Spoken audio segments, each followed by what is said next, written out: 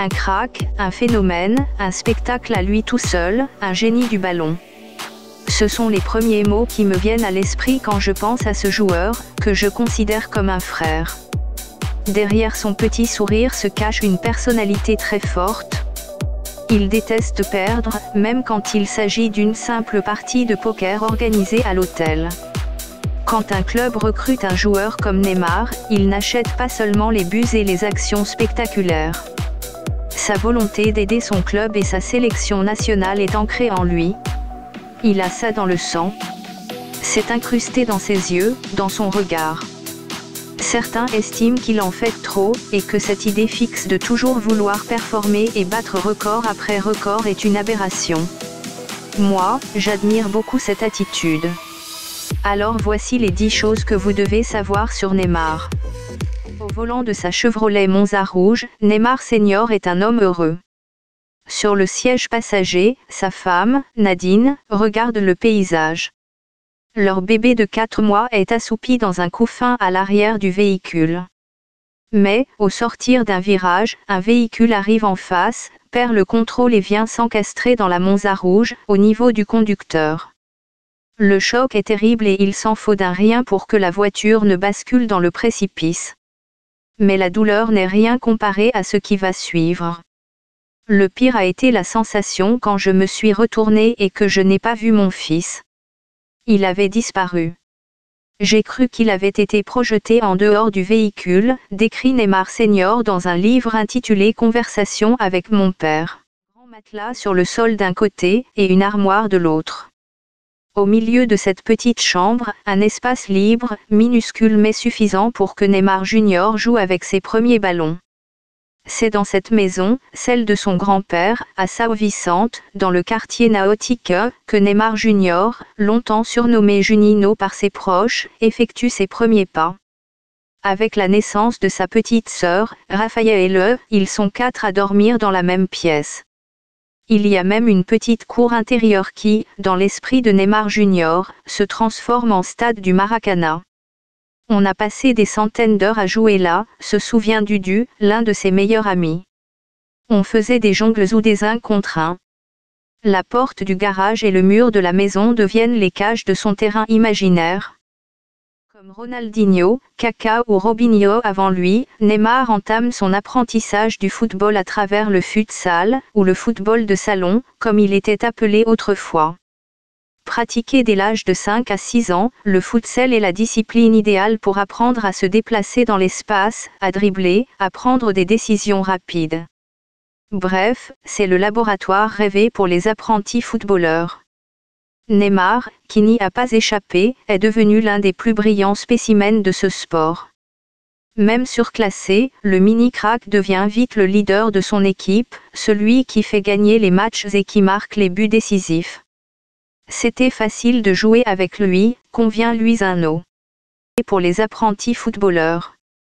Neymar, qui n'y a pas échappé, est devenu l'un des plus brillants spécimens de ce sport. Seulement 13 ans, Neymar est déjà considéré comme un prétendant sérieux mais son expérience du vrai football, celui qui se joue à 11 contre 11, se limite à quelques mois avec la Portuguesa. À son arrivée à Santos, le doute subsiste dans l'esprit des entraîneurs. Va-t-il réussir la transition futsal-football? Son physique poids-plume va-t-il le handicaper? Se demande-t-il. Mais après une courte période d'adaptation, le protégé de Betinho a déjà tout compris. Neymar Junior devient un lecteur quotidien de la Bible, se rend souvent seul à l'église située au 781 avenue Martin Fontes et se trouve un porte-bonheur qui l'accompagnera tout au long de sa carrière, un bandeau où il est écrit « 100% Jésus ».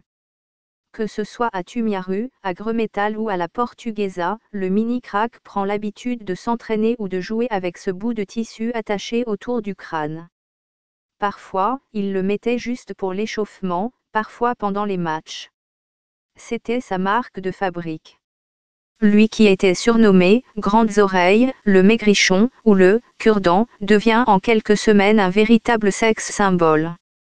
Et même s'il répète qu'il est timide et qu'il ne comprend pas les raisons d'un tel engouement, il y prend goût. Il ne prend plus seulement plaisir à séduire balle à pied, il veut désormais plaire en dehors du terrain. Alors il cultive son image, travaille son look, ses coupes de cheveux, ses tatouages. Santos espère une meilleure offre pour son joyau. Elle va arriver quelques jours plus tard, en provenance de Chelsea. Par l'intermédiaire de l'agent israélien Pana Zahavi, proche de Roman Abramovich, le propriétaire russe du club londonien, les Blues sont prêts à payer 20 000 € pour s'attacher les services du Brésilien. Pas de quoi déstabiliser la direction de Santos qui ferme la porte via un communiqué publié sur son site internet le 20 juillet 2010. Le président Luis Álvaro de Oliveira Ribeiro remercie l'intérêt que porte le club anglais pour son joueur Neymar Jr., mais Santos n'est pas intéressé pour ouvrir les négociations. La partie de poker menteur est lancée, et Santos, comme le clan Neymar, a bien l'intention de faire monter les enchères. Nous sommes le 13 janvier 2008 et Neymar Jr. n'a que 15 ans, bientôt 16.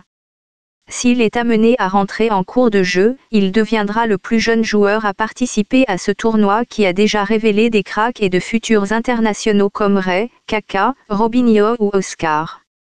Diffusé en direct sur l'antenne de Sport TV, le match se déroule normalement et on joue la 75e minute quand le panneau artisanal en bois se lève dans le ciel avec les numéros entre 10 et 21. Gota Junior annonce la sortie de Paulo Henrique, connu plus tard sous le nom de Ganso, et l'entrée du « gamin Neymar ». Il le répète 3 fois et insiste bien sur sa date de naissance. Il est né en février 1992 et il est le plus jeune joueur à disputer la Copana São Paulo. Il mesure 1,66 m pour 50 kg.